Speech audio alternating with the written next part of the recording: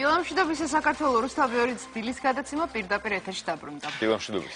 VIP სტუმრები და უახლესი ფილმები, რომლებმაც უკვე მოიპოვეს წარმატება მსოფლიოს სხვადასხვა კინოფესტივალზე. თბილისის მე-13 კინოფესტივალი 3 დეკემბერს დაიწყება. დაახლოებით 120 ფილმი ერთი კვირის მანძილზე იქნება ნაჩვენები ფესტივალის პროგრამას და სტუმრებზე. დღეს ჩვენს ეთერში კინოფესტივალის გენერალური დირექტორი გაგა ჩხეიძე და დირექტორი ნინო ანჯაფარიძე ისაუბრებენ. დილამშვიდობის. დიდი მადლობა რომ დღეს ხართ ჩვენი სტუმრები.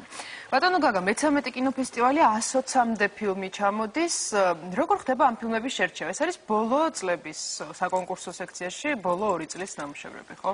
როგორ მოდის ის ქართულ მაყურებლამდე? ჩვენ იცით ალბათ რომ ოფიციალურად ვაცხადებთ კონკურსს, ანუ შემოდის ფილმები, პროდიუსერები, რეჟისორები, რომლებსაც აინტერესებთ ჩვენს კონკურსში მონაწილეობა, ისინი გზავნიან ჯერ DVD-ის სახით და მე ჩვენ განვიხილავთ ამ ფილმებს, ვნახულობთ, რა თქმა უნდა. გარდა ამისა, ყავს უამარი მეგობარი წლების განმავლობაში, გვაქვს ძალიან კარგი კონტაქტები ფესტივალებთან, ეროვნულ კინოცენტრებთან, თითქოს ევროპული სახელმწიფოების და ისინი გვაწვდიან ფილმებს, რაც შეეხება კონკურსს, ხო?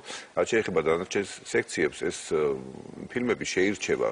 ანახან ჩვენ ბერლინში ბერლინალეს დროს ვარჩევთ ფილმებს, ან სხვა ფესტივალებზე მივდივართ, კარლოვი ვარი, ძალიან იშვიათად კანი, მაგრამ ესეც ხდება ხოლმე და რა თქმა უნდა ჩვენ ვადგენთ ისეთ პროგრამას, რომელსაც ვფიქრობთ, რომ ჩვენს მაყურებელს დააინტერესებს და მუშაობთ ასევე უცხოეთის ქვეყნების საელჩოებთან, კულტურის ცენტრებთან, მათთან ერთად ხშირად არის ხოლმე რომ პროგრამა დგება, მაგალითად გოეთეს ინსტიტუტთან, ფრანგულ ინსტიტუტთან შეთანხმებით. სწორედ ამ დიდი შრომის დამსახურებაა, რომ ძალიან მოცულობითია ყოველთვის ფესტივალი. ქალბატონო, 13 წლიანი ისტორიის მანძილზე ძალიან ბევრი ტიტულოვანი სტუმარი გვახსოვს და გამოირჩევა ამით კინოფესტივალი, რომ ისეთი ადამიანები ჩამოდის, რომ ხალხს უხარია მისვლა, ნახვა. არც ამ მხრივ იქნება გამონაკლისი წელს ფესტივალი. ვის ველოდებით?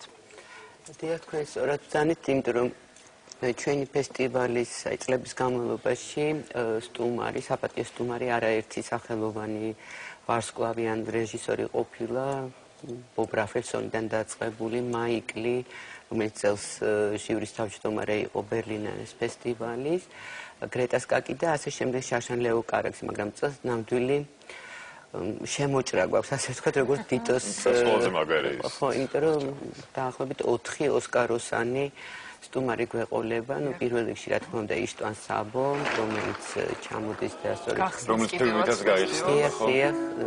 ეს სუახალი ფილმია. კარი უთხრათ მაყურებელს. დიახ, კარი.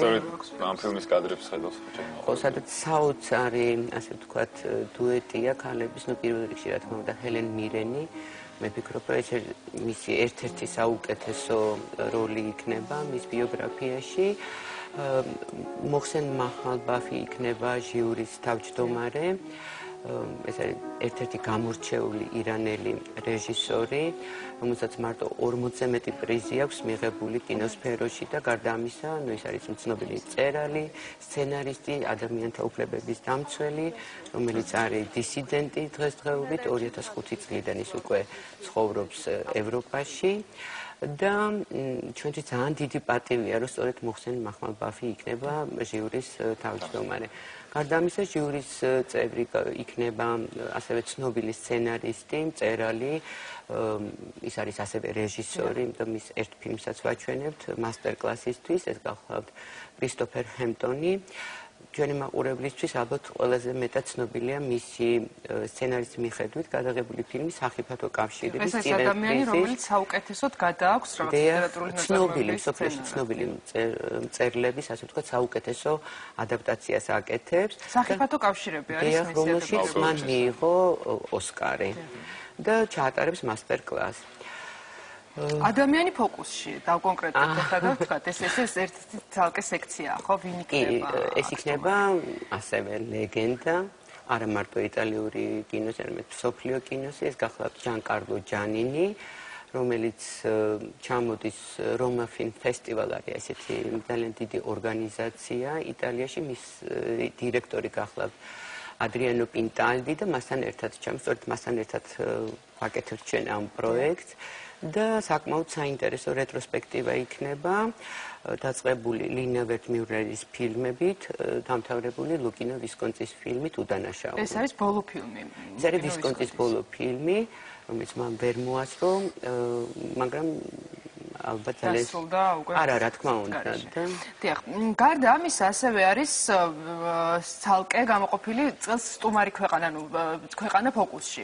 ვინ იქნება და რამდენი ფილმი, რომელი ქვეყანა მოხდა აქ და რამდენი ფილმი იქნება ნაჩვენები? აი შაშა ჩვენ პირველად გავაკეთეთ შვედური კინოს რეტროსპექტივა, რომელიც ძალიან წარმატებული იყო, ძალიან საინტერესო ფილმები იყო და გადავწყვიტეთ, რომ ყოველ წელს გავაკეთოთ ფოკუსი ქვეყანაზე, წელს ახლა გავაკეთეთ პოლონურ ფილმები, ანუ პოლონეთი იქნება ფოკუსში, ვიცით ახლა პოლონური კინო ცნობილია და ვფიქრობ, რომ წელსაც ძალიან საინტერესო ფილმები იქნება. აი ამ სექციაში 7 ფილმი იქნება, მათ შორის 1 გვაქვს საკონკურსო პროგრამაში.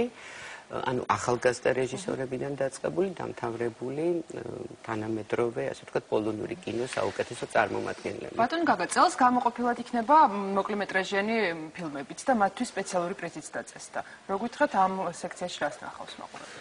მოკლემეტრაჟიანი ფილმების კონკურსი პირველად ტარდება. სულ ეს ჩვენი ერთგვარი ექსპერიმენტიც არის, აი ნახოთ როგორი იქნება ეს რეგიონული კონკურსი, ასე ვთქვათ, ჩვენი სამეზობლო იღებს მონაწილეობას, ეს გახლავთ ირანი, თურქეთი, რუსეთი, სომხეთი და აზერბაიჯანი. შემოვიდა ძალიან ბევრი ფილმი, სხვათა ჩვენ არ ველოდით თუ ესეთი ინტერესი გაჩნდებოდა უცებ ამ ახალი კონკურსის მიმართ. შეირჩა დაახლოებით 16 ფილმი, ამას ეყოლება ცალკე ჟური, სამგაციანი, ჟურის თავმჯდომარე სხვათა შორის ძალიან ცნობილი საფრანგეთში მსახიობი გრეგუარ კოლენი. გრეგუარ კოლენი ხა შეიძლება ქართულმა მაყურებელმა ნაკლებად იცის, მაგრამ ის ნამუშევარია ძალიან ცნობილ რეჟისორებთან. პატარა იყო სულ როცა აგნიშკა ჰოლანდის ფილმში მიიღო მონაწილეობა პირველად და შემდეგ კლერ დენის კატრინ ბეარის და ყველა ფავორიტი მსახიობია. კატრინ ბრეიას ფილმშიც თამაშობდა გახსოვთ ალბათ. აი ეს ადამიანი ჩამოდის როგორც ჟურის თავმჯდომარე ამ მოკლემეტრაჟიანი ფილმების და მიიღებს ჯილდოს სერგო ფარაჯანოვის სახელობის პრიზს. ეს არის ჩვენი ტრადიციულად ჩვენი პრიზი, რომელიც დააწესა ხელოვნების ფონდმა. ბატონ გია ბაზღაძე გადასცემს ამ პრიზს. თვალჩოს გრეგუარ კოლენს ცხოვარო ფესტივალის მერეც დავრჩებიო დიდხანს საქართველოში და საქართველო აინტერესებს და ძალიან გაიზარდა ეცით ინტერესი არ მარტო ფესტივალი არ ვიცი რის გამოა ეს მაგრამ წელს რეკორდული რაოდენობა კოსტუმრების და 100 სტუმარი ჩამოდის უცხოეთიდან. ესენი არიან ძალიან ცნობილი რეჟისორები, ახალგაზრდა რეჟისორები, პროდიუსერები, რაც მთავარია, რომ მართლა აინტერესებს საკონკურსო ფილმებს რეჟისორთან ერთად მოთხოვნათ, რომ კიდევ ბევრი წამოყვეს, ხო? პირიქით მოდიან, რომ რაც შეიძლება პროდიუსერი, ოპერატორი, თქვათ მსახიობები, არის კიდევ ძალიან ბევრი ფილმი.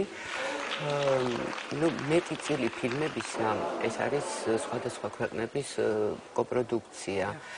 თანამედროვე ევროპული კინოსთვის ეს ძალიან ნიშანდობლივია და ეს რა თქმა უნდა მათ შინაარსობრივ მხარეზეც ახდენს ზემოქმედებას, იმიტომ ისინი საუბრობენ ზოგად საკაცობრიო, ასე ვთქვათ, თემებზე, რაც მათ აინტერესებს.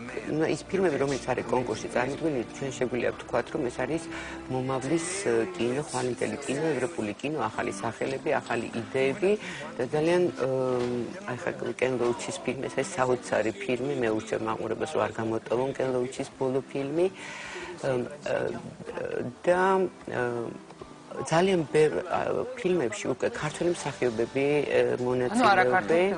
ხო, არაქართული, ანუ კოპროდუქციებში და ერთ-ერთი ესეთი ფილმი იქნება, მაგალითად თოლია, სადაც ქართველი მსახიობები თამაშობენ, პროდიუსერიც არის ქართველი, ერთ-ერთი პროდიუსერი ეს გახლავთ ზურა მაღალაშვილი, არის ასევე გიორგი ფარაჯანოვის ფილმი, რომელიც მთლიანად არის რუსული ფილმია, მაგრამ გადაღებულია თბილისში, არის თბილისური ისტორია. რეპორტაჟიც ქონდა როგორ იღებდნენ აქ ქართველი რეჟისორებიდან ვინ მოხდა საკონკურსო პროგრამაში ვის ნახავს?